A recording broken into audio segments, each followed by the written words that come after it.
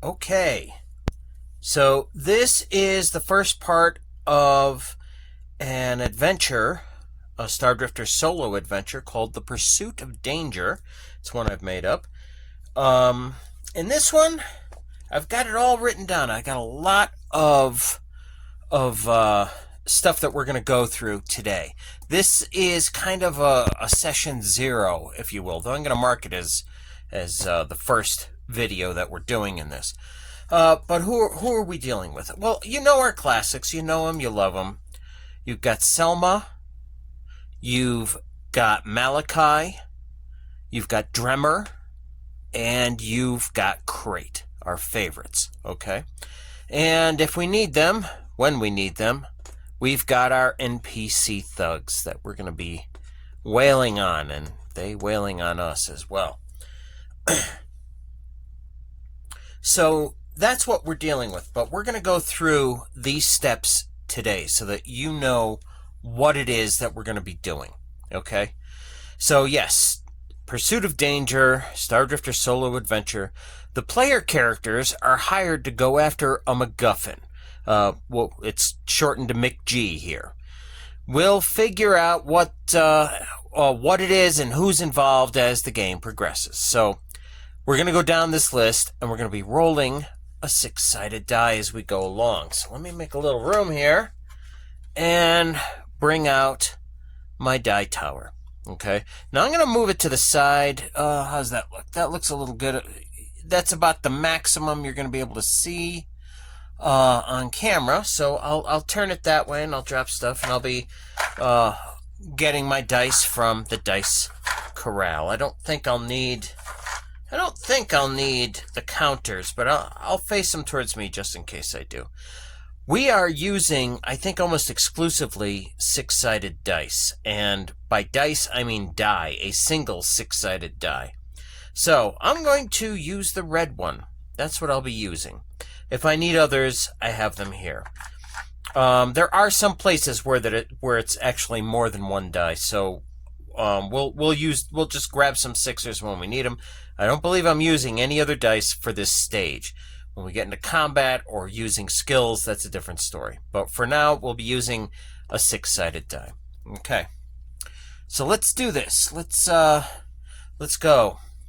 Now, each of these steps where I'm rolling some dice, we're going to go through these one by one. However, I won't be rolling all of these now. Some of these I'm going to be rolling during the game to find out where things are going and what the next step might be. Now, they're all numbered. Some of them have boxes on them, and those are things I'm going to be rolling tonight. The rest of it we roll as we go along, but I'm going to go through it all just so you know what everything is, and then we'll just go through the ones that are good for tonight. They won't actually progress the game, not really. We're just getting ourselves set. Okay. So step one, the MacGuffin is a data block, a biosample, a space vessel, a person, a sentimental object, or a secret message. Okay? Now, a data block in Stardrifter is just a way of transporting data from one place to another, kind of like a thumb drive, but it holds an amazing, just staggering amount of data, and they're as common as thumb drives are today. Right, so it's a very simple thing. Some of them are big and armored and protected. Some of them are very small. All right, that's the first thing we will be rolling for. The second, the player characters are hired by a wealthy individual, a corporation, a government, a private organization, a mysterious party, or it's an open bounty. An open bounty. So that means they're not actually dealing with any one individual per se. It's when they bring things in that they'd get some of their money. All right, so the next one, step 3, what player characters are supposed to do with the MacGuffin? All right, we roll a six-sided die. They're supposed to locate it only, and you subtract 1d6 days at the end. And I'll explain what that means when I get to it, okay? 2, they're supposed to retrieve it. 3, they're supposed to locate and retrieve it. You add 1 day at the end because of this. 4, you're supposed to deliver it somewhere. the player characters are given the MacGuffin in that situation. They're not going to retrieve it. They have it, and they have to drop it off somewhere. Okay, 4 is deliver it somewhere. Okay, I just read that. 5, locate and deliver it. That is, they have to find it and then bring it somewhere else. Okay, that's going to add 2 days at the very end. And 6, locate and destroy it. Go find the MacGuffin and then permanently get rid of it, and that adds 3 days at the end. Okay? Step 4, the number of weeks the player characters have to fill the contract. We're going to roll 1d6, that's the number of weeks, but they also get 1 week per location, and that's in step 8 on the next page. Okay, so that'll be up to 6 weeks plus 1. Now, the number of locations starts with 1, and again, it's a die roll, so it could be anywhere from 2 to, I think it can go up to 4, so 2 to 10 weeks it could be that it's going to take them. But it's all random when we're not there yet. Okay, so, but that is the number of weeks that they get. The next step, step 5, the player characters are being paid 3 die 6 plus 2 times 1,000 Q. Now, that doesn't sound like a lot, and really it's not for the kind of trouble they're going to get into, but we all sometimes have those bad deals that we get that we get sucked into. At any rate, they're only paid a quarter of that number up front, and the expenses will be compensated for at the end of the adventure when the bulk of payment is made. That doesn't necessarily mean they're going to be out of pocket along the way, but it might. And if they are, it can get very expensive very fast because they only got paid a quarter up front. Kind of a lousy deal, frankly. Hang on. All right. Step 6. It says first only. That means I am going to roll that tonight, but it's only going to count to the first location. Okay. Now here, locations. We roll 1 die 6 for each of these, right? That is to say, player characters start off knowing where their first move must take them. That, like I say, first only. All right. For each location, we are going to roll 1 die 6. Okay. We know the number of locations. That was back here, right? No, I'm sorry. It's up ahead. Number of locations. We're not there yet. All right. Again, this should be a little bit out. That's the cat again. It's a little bit out of order, but it all works. It all works. And I'll get this all organized off camera for next time. But at any rate, we've got the locations. It could be a current location. If I, rolling a 6-sided dice, so if I roll a 1, it's a current location where everything is starting, and that saves a day of travel. If I roll a 2, 3, or 4, it's a space station somewhere. They're going wherever they're going. It's a space station. 5, a small planet or asteroid settlement, or 6, a terraformed world. Okay, and we're going to roll 2 die 6 plus 2 for the number of light years they must travel.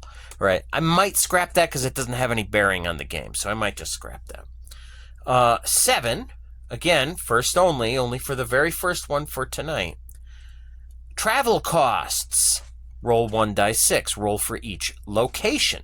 So we have to roll separately for each location. But if by rolling a 6-sided die, we can find out travel is not provided, they have to get compensated at the end of the adventure. Again, that's, coming out of their expense account. And it's 100 Q each per PC per trip, right? So there's going to be 4 of them. That's 400 Q, which is the currency of the future. 400 Q each time they got to go somewhere if you keep rolling that. But we're rolling it separately for each location. So it may not always be so expensive. Then again, it might. All right. 3, 4, player characters are given cold passage tickets. That's provided, right? 5, the player characters are given waking passage tickets. Those are even better. Okay. Or 6, player characters are given a starship of their own to use, and all associated costs are handled by the employer. Now that's a sweet deal, but we're rolling for it for each different location. So the way I justify this is like, they go one place and they're given cold passage tickets, but now they got to go somewhere else.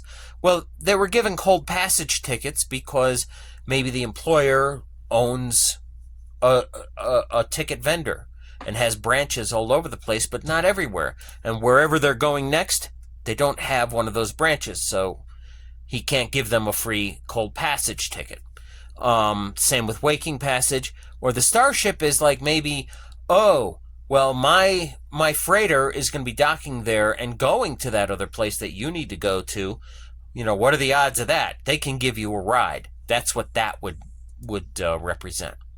All right, so that's 7. We've got 8. The number of locations the player characters will have to travel to in order to find the MacGuffin. We roll 1 die 6. We roll 1, you get 1. 2, 3, you're going to 2. 4, 5, you're going to 3. 6, you're going to 4. Each trip to a new location costs 1 day.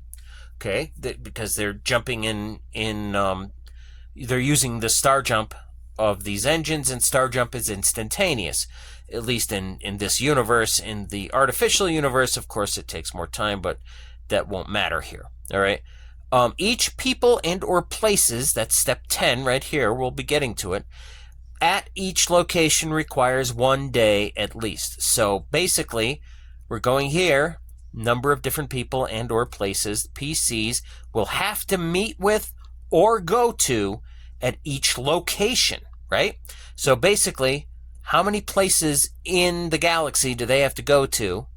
And when they get there, how many places there are they going to have to go to?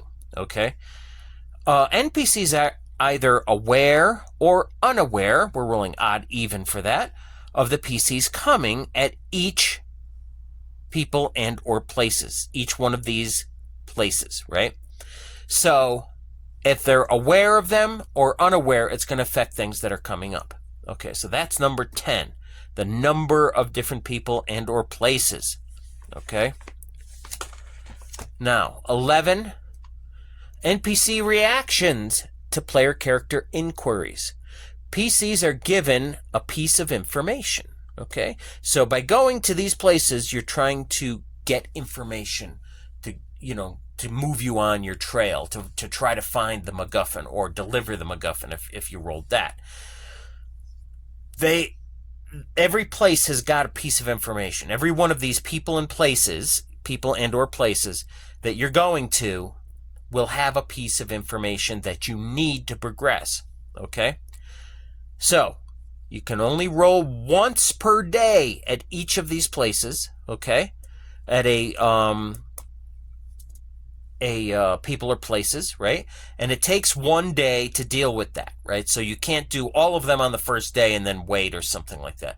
You got to do them one by one because you don't know, or we will know watching it, but the player characters don't know how many people or places they need to go to, right?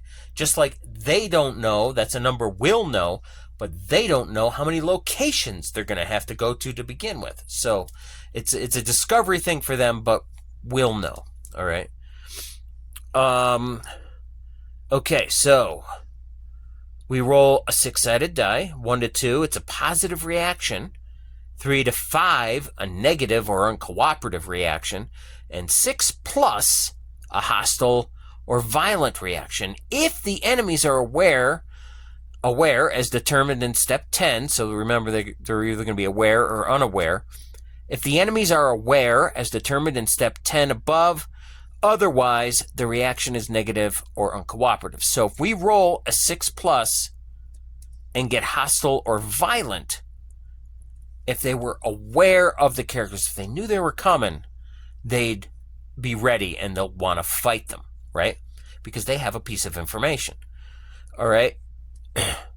But if they're unaware, then it just becomes negative or uncooperative. However, if you get 3 negative or uncooperative results from the same people and or places, and that'll take 3 days to get that, the NPC's reactions automatically become hostile and violent. They've just had enough of you, and you're going to have to fight them, okay? Now, hostile violent reactions mean player characters must either flee or fight. If they flee, they may try the reaction again the next day. So we run through this again the next day. but you do get a +1 on the die roll if you go in that direction, and that's how you can get 6+ on a 6-sided die. If they fight, player characters must win, and when they do, they have effectively forced a positive reaction, getting some information. In other words, you forced it out of them. Okay. All right, this is all still step 11. This all has to do with reactions, mostly fighting, right? Alternatively, player characters may choose to attack instead of waiting for a reaction, hoping to force information from any people and or places. So when you show up, we can roll the dice to find the reaction, or you can just decide, no, forget it. I'm just going to beat these people up and I'm going to get the information I need, right? Beat them up, kill them, and then sift through the rubble and find that clue or whatever. At any people and or places, PCs will encounter 1d6 plus 2 NPCs. Roll the following for each NPC in order to determine what kind of character they are and how well they are armed and armored. So to simulate this, what I'm going to do is I'll roll 1d6 plus 2, right? Well, that's 5 plus 2 is 7, all right? Then I'm going to take 7 dice. I don't think I have 7. Let's see. I might. 2, 4, 6, 7. Just exactly 7. All right. I'm going to take 7 dice in this case. There we go. And then we consult this. For each you rolled 1d6. That's what I did. All right. 1 to 3, it's just going to be an average NPC, and this is their stats. All right.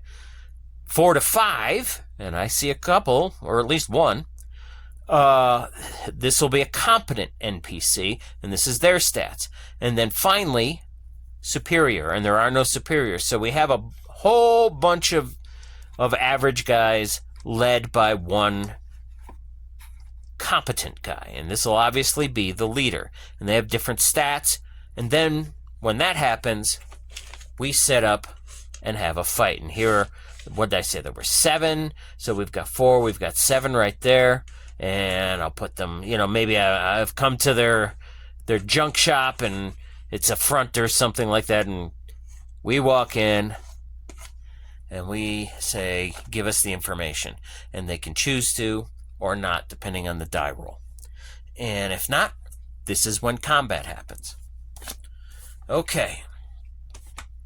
So, we'll do that. Now then, the quality of info. After you've gone through all that, we now roll to see if the information, it is true, the information is true, but it isn't always as easy as that, all right? When step 11 result is positive, or after combat and information is forced from NPCs, player characters must roll 1d6 for quality of information. Okay, 1 to 2, the info is interesting but unhelpful. Player characters must make successful interpersonal skill, and that's a 20-sided die versus whoever is talking, of the player characters. They must make a successful interpersonal skill roll to get enough context from the NPC, or else they must consider this attempt a failure and can try step 11 here again tomorrow. Okay. So that would mean that you go through all that. Maybe you have to fight them and beat them, kill them, whatever it is. They kind of say, yeah, I have this information. They give you this information, but it doesn't make any sense. So you have to sit there and talk to them and try to get this to make sense. And if it never does, if it never makes sense to you, it's a fail. And you're going to have to come back and go through the whole thing again tomorrow. All right? Or you could go, if you have another people or place that you need to deal with the next day, you could do that and then come back to them. But it's going to be the same problem. You're just delaying it, right? Okay, so that is 1 to 2. 3 to 4, info is good, but cannot be acted upon for 1d6 days. Player characters must wait that long before this people and places can be considered a success. Okay? So, the info is good. They say, well, in this case, the info is good, but you got to wait. All right? So in this case, it's like, I don't have the answer to that. I'm sorry, I don't have that information, but my buddy Bob has the information. He's out of town and he won't be back until next week, right? So you got to wait. And when Bob shows up, his buddy Bob, he tells him, give him the information, and Bob gives up the information. But it takes that long before you can use the information. From the time you get the agreement that they're going to give you the info, it's going to take 1d6 days to get it. Now you're seeing days are ticking off. Days are getting eaten away through the entire process. It's entirely possible to run out of time. And if so, they have failed in their mission. And they won't get the rest of their money. Okay, so that's the info's good. 5 is even worse. 2d6 days they're going to have to wait. Okay, they must wait that long. Okay, and then finally 6, it's good and can be used immediately. So odds are there's going to be some kind of delay. There's going to be some kind of delay or some kind of hassle here. It's not that simple. Not that simple. Okay. Next step, plot twist. We do this a 1d6 for each location. Okay. I'm not going to roll that tonight. I'm going to roll that when the game starts. That'll be the first thing I do. Okay. So 1d6 for each location when they first show up. Not for each people and places. For each location. So we're not doing this a lot. It's just for each time they go to a different place in the galaxy. Okay.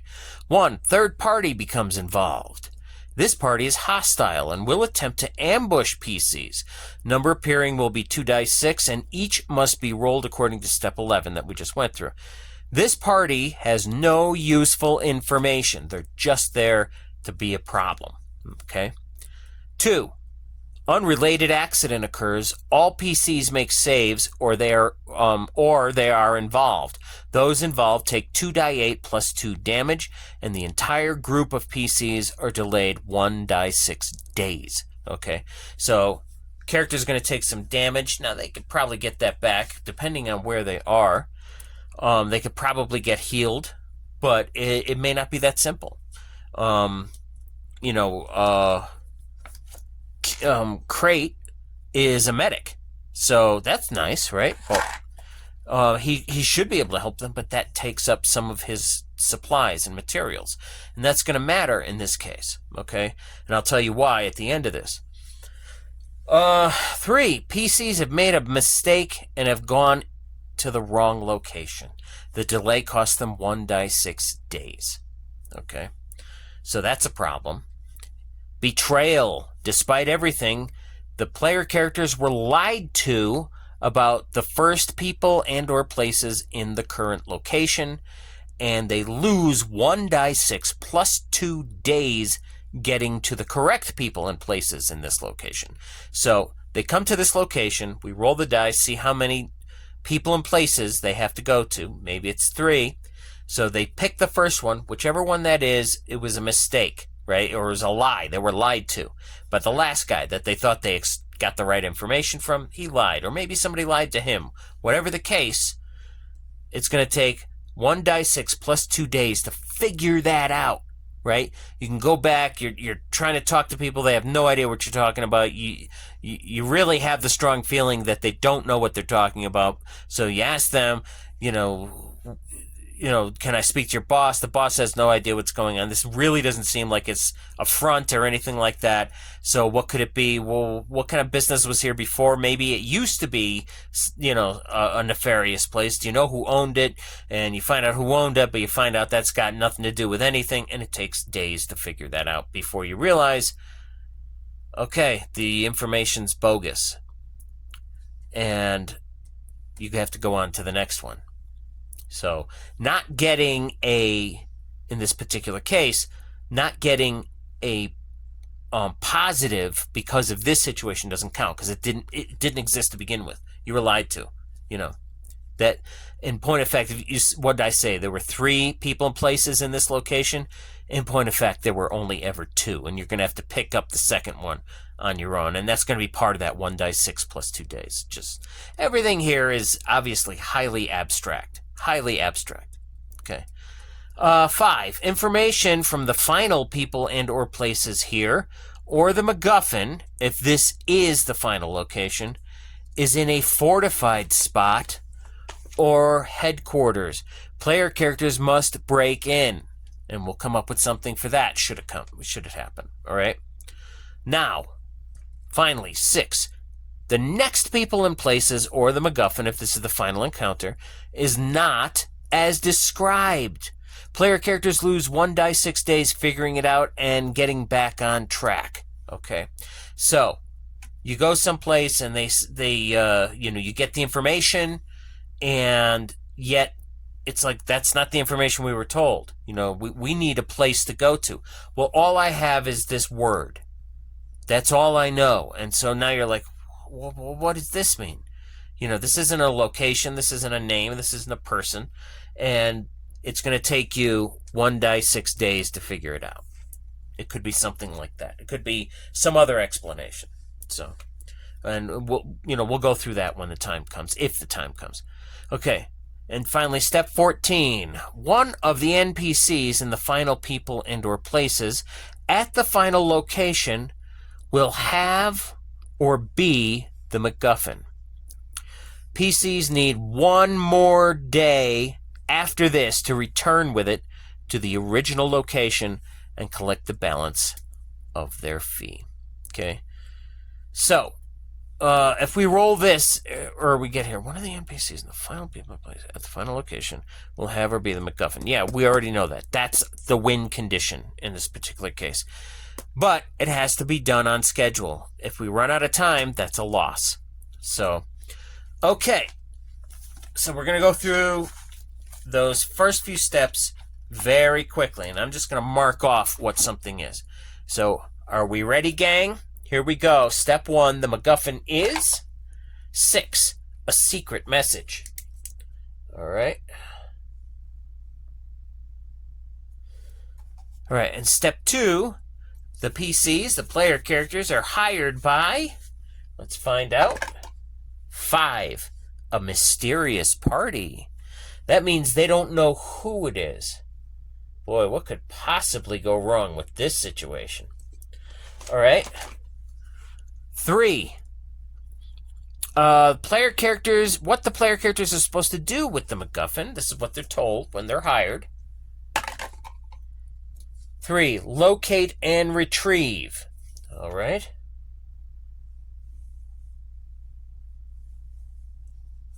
All right, locate and retrieve. 4, the number of weeks the player characters have to fill the contract. 2, so they get 2 weeks plus 1 week per location. So we're going to do a 2 here. All right. 5, the player characters are being paid 3 dice 6 plus 2. See, I was wrong. There's going to be some places. 3 dice 6 plus 2 times 1,000. All right, we've got 5, 7, and that'll be 13. 13 times 1,000, 13,000. Well, that might not be too bad. That might be worth your time. 13,000 Q. Okay. Now then, the locations. But before we do that, we really do need, I know I have these out of order a little bit. We need to know how many locations. Now, we will know. They will only know about the first one. That's it. All right, so the number of locations. 4. I rolled a 4, and a 4 is equal, 4 or 5 are equal to 3. So there's going to be 3 locations. All right. Now then, they'll only know about the first one. And the first one is the current location, where they are. They save a day.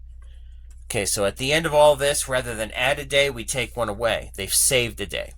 All right, first location. There we go. Current location, I should say, is right there. You know, so-and-so down the street has got, he knows something. I know he does. So that's where they're going to go. All right, now 7. Travel costs for this first one. Well, it doesn't matter. For this first one, there are no travel costs, okay, because it's in the same place. So we'll mark that. No travel cost. There we go. I know my handwriting's bad, but I'm writing it at an angle. Okay, number of locations the PCs will have to travel. Oh, we've already done that. Okay, number of different people and or places PCs will have to meet with or go to at each location, right? So the first part of this takes place on this place, whatever this place is. I'm going to say it's a space station because I didn't put anything in for where you start, all right? So it's a space station. On this space station, how many people or places? Now, they're only going to know about the first one, but we'll know how many there are. 6 is 4. They've got to go to 4 locations on this space station in order to get everything they can from here before they go to the next place. Because remember, there's a total of 3. So they're not staying here. They are going to take off at some point. Well, after they go to 4 different locations. All right. Whoop. There we go. 4 locations. And I believe that is it for today. That's all we can determine ahead of time. Yep. That's it. That's it. So one of the NPCs in the final, or the item or something like that will have to, they'll either have it or they will be the MacGuffin. All right. So, but the MacGuffin, what did we determine for the MacGuffin? What is the MacGuffin? It's a secret message. So by the time we get to step 14, somebody is going to have this secret message, and we've got to get this information and get it back. That's the job. And, that's going to be the nature of this adventure. So we're going to probably break it up into 3, because there's 3 locations, but maybe one of those locations is really short. So we'll see, at max probably 3, but at any rate, there'll be multiples. So that's cool. Thanks for watching, and I'll try to get the other one up soon.